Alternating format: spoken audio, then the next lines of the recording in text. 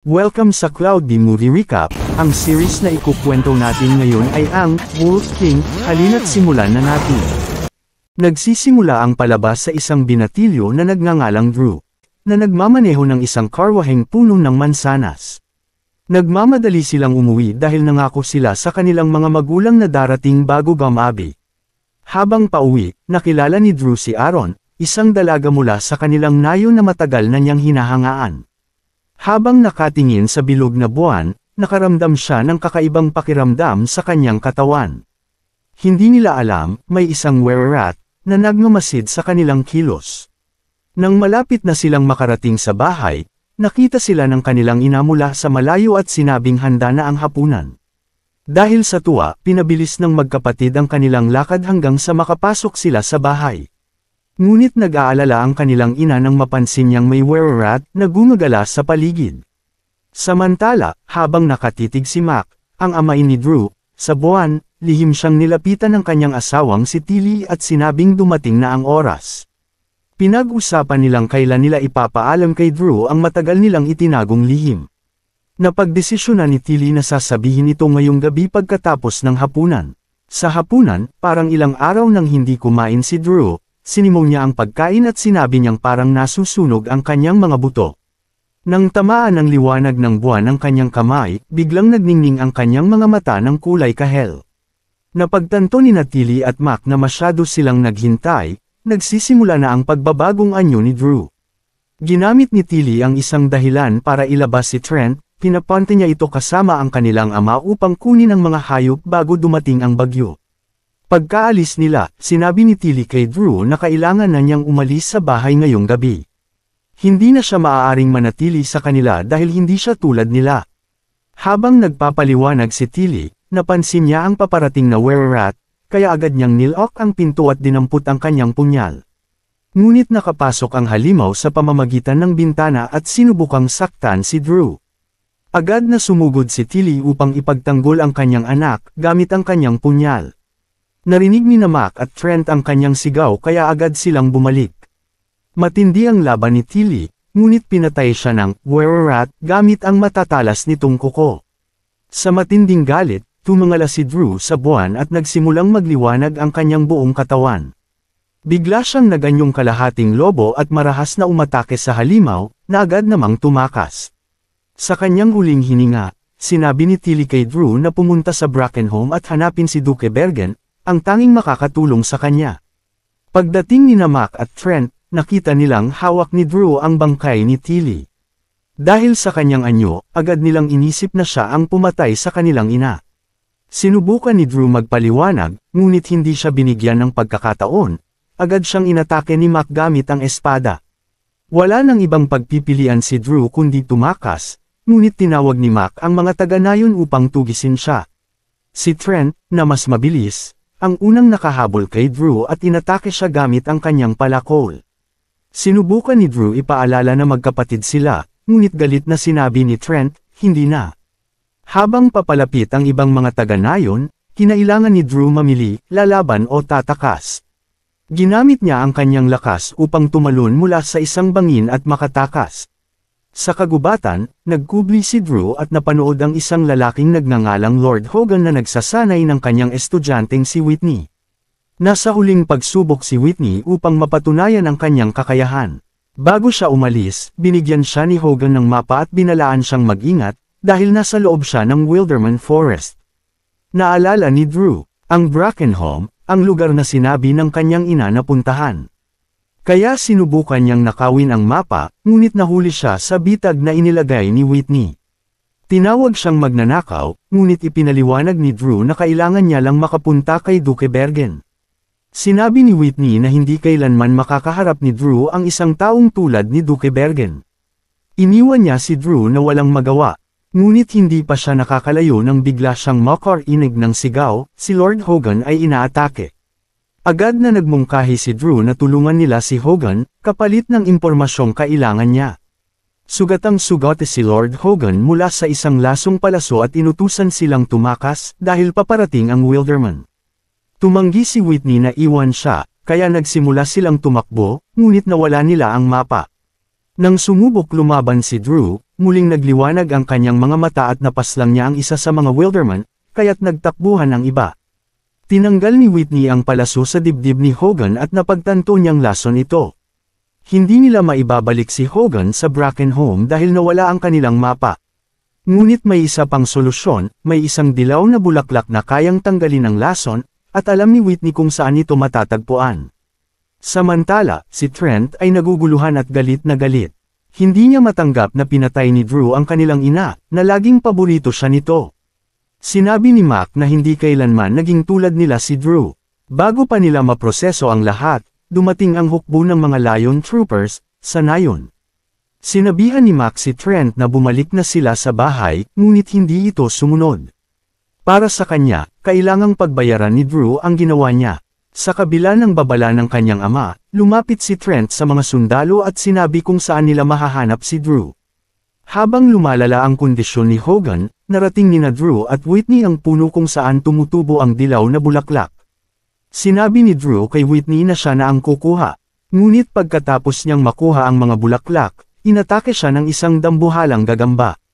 Agad na tumulong si Whitney, ngunit laking gulat niya nang makita niyang muling nagbago si Drew, sa isang warlord. Sa isang bagsak lang, napatay niya ang halimaw. Matapos gumaling si Hogan sa bisa ng bulaklak, tinanong ni Whitney si Drew kung alam niya kung ano siya. Sagot ni Drew, isa siyang halimaw. Ngunit itinama siya ni Whitney, hindi siya isang halimaw kundi isang warlord. Dito, isiniwalat ni Whitney ang katotohanan, bawat nayon ay dating pinamumunuan ng isang warlord, mga taong may kakayahang magbagong anyo sa hayop.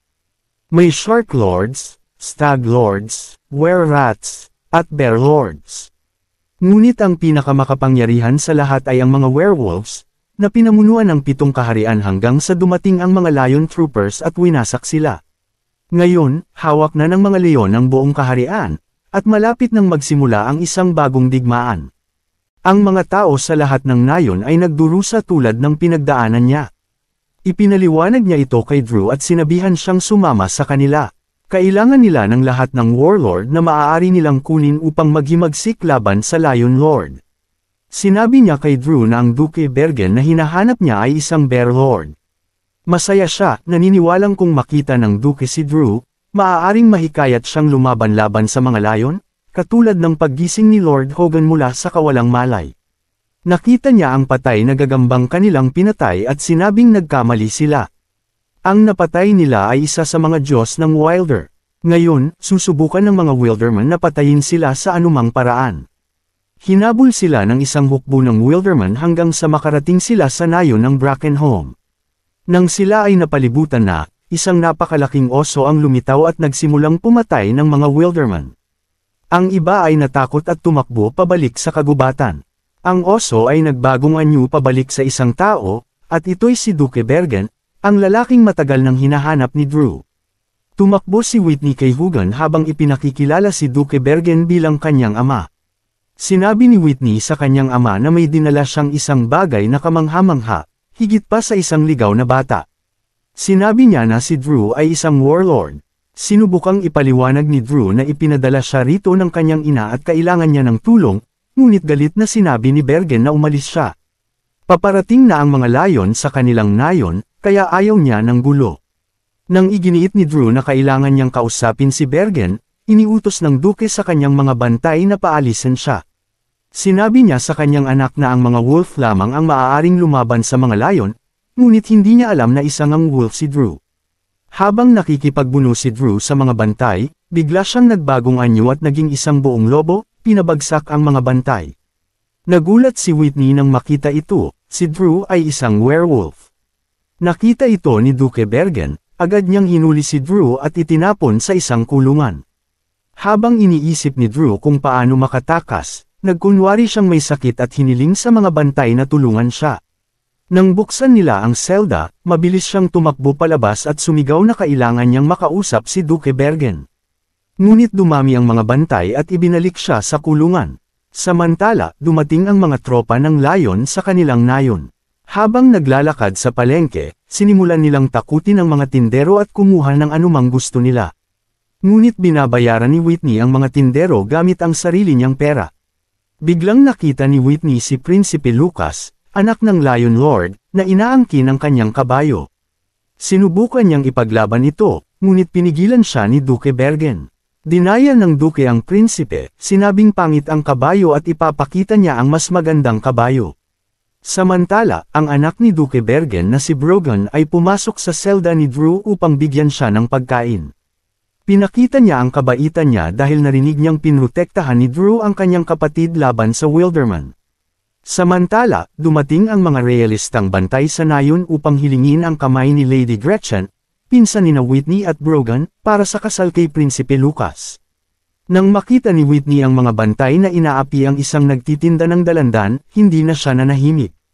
Sinubukan niyang turuan sila ng leksyon, ngunit pinigilan siya ng Royal Magister na si Lord Van Kensin gamit ang mahika. Kasama niya ang batang si Hector, pamangkin ni Duke Bergen na nais maging isang Magister. Dinala ni Whitney si Hector sa selda ni Drew. Galit si Drew kay Whitney dahil wala siyang ginawa upang tulungan siya. Nang hinawakan niya si Hector, agad nitong nalaman na isa siyang werewolf. Sinabi ni Whitney kay Hector na panatilihin itong lihim, dahil kung malaman ito ni Prinsipe Lucas, tiyak na papatayin siya. Habang nasa isang piging, tinanong ni Prinsipe Lucas ang tungkol sa isang misteryosong bilanggo sa Black Oak. Lumabas na si Hector ang nagsumbong sa Magister dahil natakot siya para sa kanyang buhay.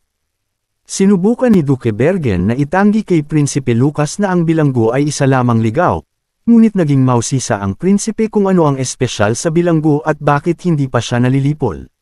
Sinabi niya kay Duke Bergen na nais niyang siya mismo ang magpapatay sa bilanggo.